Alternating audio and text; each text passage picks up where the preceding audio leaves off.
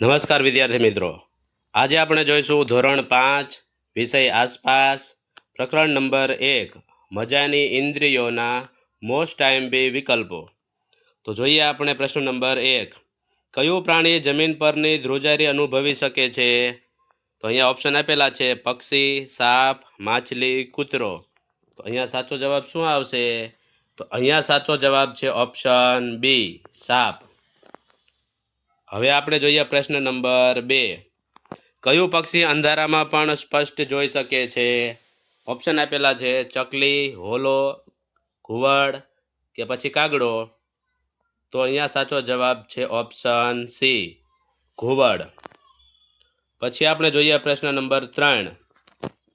કયા પ્રાણીની સૂંઘવાની શક્તિ ખૂબ જ તેજ હોય છે, જેનો ઉપયોગ પોલીસ ગુનેગારને પકડવા કરે છે? તો ઓપ્શન આપેલા છે ગાય, ઘોડો, કૂતરો કે પછી બિલાડી.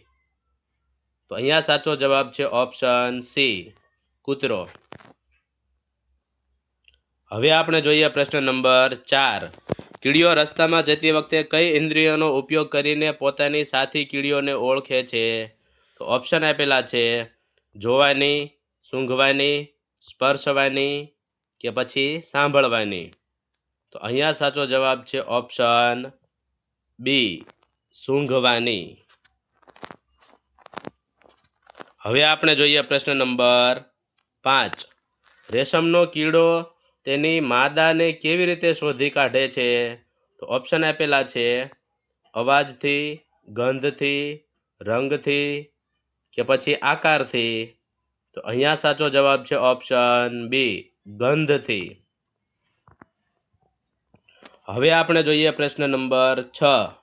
બાજ, ગરુડ અને સમડી આપણા કરતાં કેટલા ગણું વધુ દૂર જોઈ શકે છે?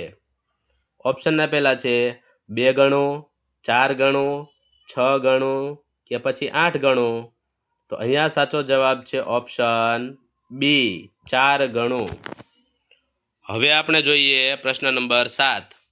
મોટા ભાગના પક્ષીઓની આંખો ક્યાં આવેલી હોય છે? ઓપ્શન આપેલા છે માથાની આગળ, માથાની બંને બાજુએ, ચાંચની નીચે કે પછી પાંખો પાસે. તો અહીંયા સાચો જવાબ છે ઓપ્શન બી, માથાની બંને બાજુએ. હવે આપણે જોઈએ પ્રશ્ન નંબર 8. કયું પ્રાણી દિવસના આશરે 18 કલાક વૃક્ષની ડાળી પર ઊંધા લટકીને ઊંઘવામાં વિતાવે છે? અહીંયા આપણને ઓપ્શન પણ આપેલા છે વાંદરો, સ્લોથ, અજગર કે પછી રીંછ. તો અહીંયા સાચો જવાબ છે ઓપ્શન બી, સ્લોથ.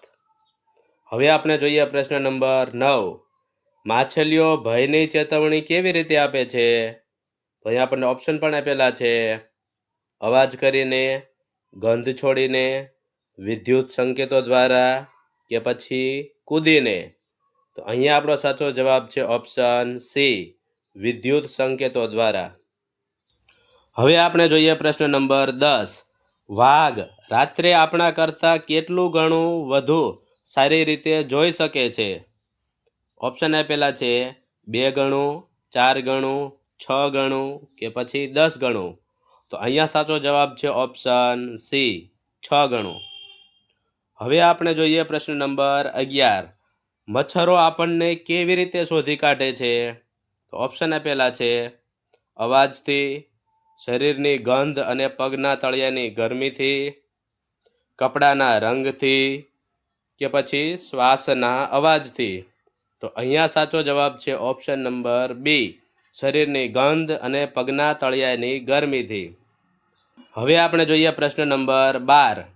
કયું પ્રાણી અવાજ પરથી ખોરાક એટલે કે શિકાર ક્યાં છે તે જાણી શકે છે?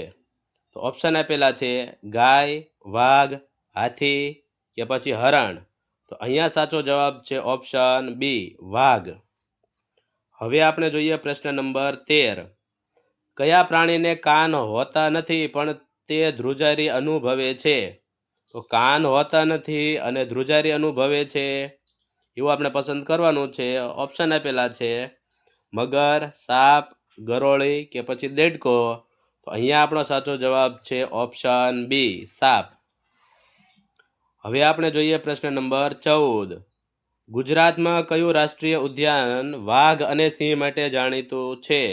તો ઓપ્શન આપેલા છે કાઝીરંગા, ગીર રાષ્ટ્રીય ઉદ્યાન, જીમ કોર્બેટ કે પછી રણથંભોર.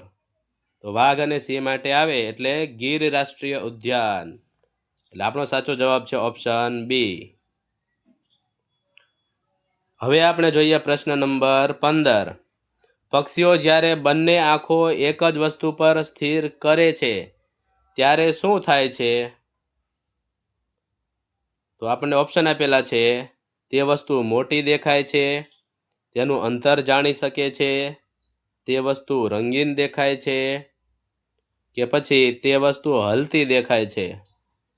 તો અહીંયા સાચો જવાબ છે ઓપ્શન બી, તેનું અંતર જાણી શકે છે. વિદ્યાર્થી મિત્રો, જો તમને અમારો આ વિડીયો પસંદ આવ્યો હોય તો વિડીયોને લાઈક કરજો, કોમેન્ટ કરજો, શેર કરજો અને અમારી યુટ્યુબ ચેનલને સબસ્ક્રાઈબ કરજો. જય હિન્દ, જય ભારત.